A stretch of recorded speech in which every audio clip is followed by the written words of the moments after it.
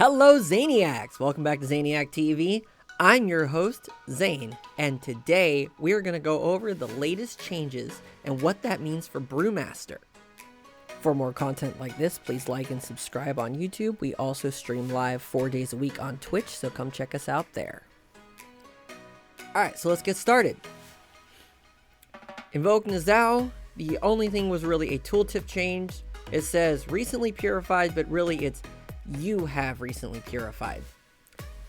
Alright, this is where it's big right here. Deals reduced damage to targets beyond 5, right? So, if you have bigger packs, threat's going to be a little bit more wonky, but I guess that's okay. But the really big change is the reduced cooldown of your brews goes from 4 seconds to 3 seconds. So, on an 8-second recharge, you're losing about between 7 and 8 seconds if you get it right on cooldown every time, every minute. So sometimes the 7 to 8 seconds will make it or break it, but really, what's 7 or 8 seconds in the long scheme of things, as long as you survive, right? The other change that started was some of the Covenant abilities. The Pelagos combat meditation, I can't read. Combat meditation is the only change here is the combat meditation can only occur once every minute. But as a Brewmaster, Mistweaver, and Windwalker, all of them, curing ability is actually a 2-minute cooldown.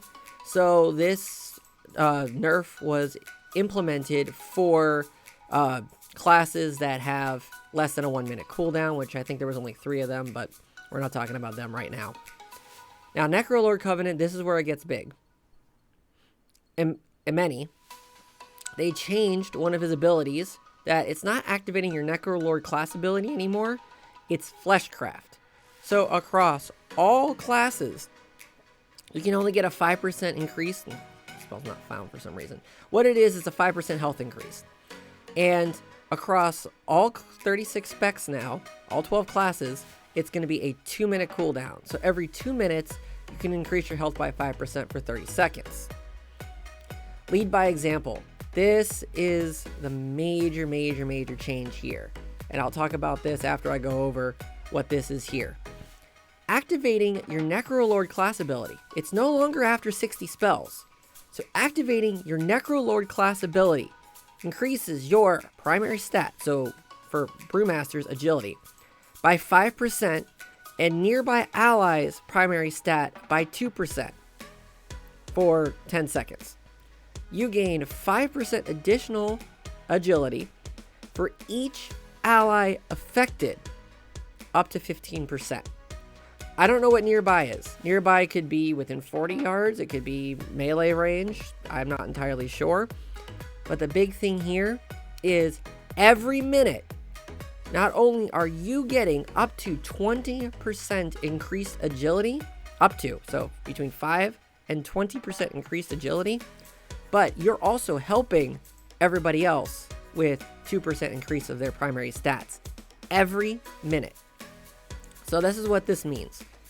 If I were to go Necrolord, which I'm not, but I'll explain that later. If I were to go Necrolord, I would go this route here because I absolutely need 2 shields. Now, everyone's making these videos about what covenant should I go, what covenant should I go, what covenant should I go. They're making so many changes that I'm not even going to bother making a video about that right now. But the big thing is that I did learn, and I will say this in that video when I make it, I need 2 shields, 1 or 2 axes, depends, and 0 or 1 lightning bolt. When I say it depends on which covenant I'm going. So for this covenant, I need 2 shields. So I have to go the route that I'm going here. So now I can channel Fleshcraft while moving, which is helpful in Mythic Pluses. And I grabbed Harm's Denial here just for the talent tree purposes. I probably would put Celestial I can't read, into this spot. And then Dizzying Tumble reduces their damage they deal by 5%, so that helps. Flavor Text, Kidney Hearthstone. Walk with the Ox is incredibly good because every time you cast Keg Smash, Blackout Kick, or Spinning Crane Kick, it reduces the cooldown by 0.5 seconds. Plus it does more damage, so that helps with pushing a Mythic Pluses. But really what we're talking about is this Covenant tree, so I'm not going to get too far into that. I went ahead and grabbed this one, gain 1% haste for 20 seconds after defeating enemies up to 5%, because like I said, needed the shield, but really, grabbing this Soulbind ability here seems to be way more potent now, because, don't forget, they also reduced Keg Smash by a second. So, Bone Dust Brew is starting to be more potent, because Tiger Palm and Keg Smash reduce the cooldown of your brews by an additional second when struck by enemies that have Bone Dust Brew. So now, you use Bone Dust Brew either just after or just before you use Celestial Brew. In realistic, you're going to want to use Celestial Brew as quickly as you can. You don't want to waste a global cooldown on it because it's a defensive. But then you throw Bone Dust Brew down for the next 10 seconds, you're able to get Celestial Brew back faster, and this also affects Black Ox Brew, getting that back faster. But you use Bone Dust Brew, and then your stats go up.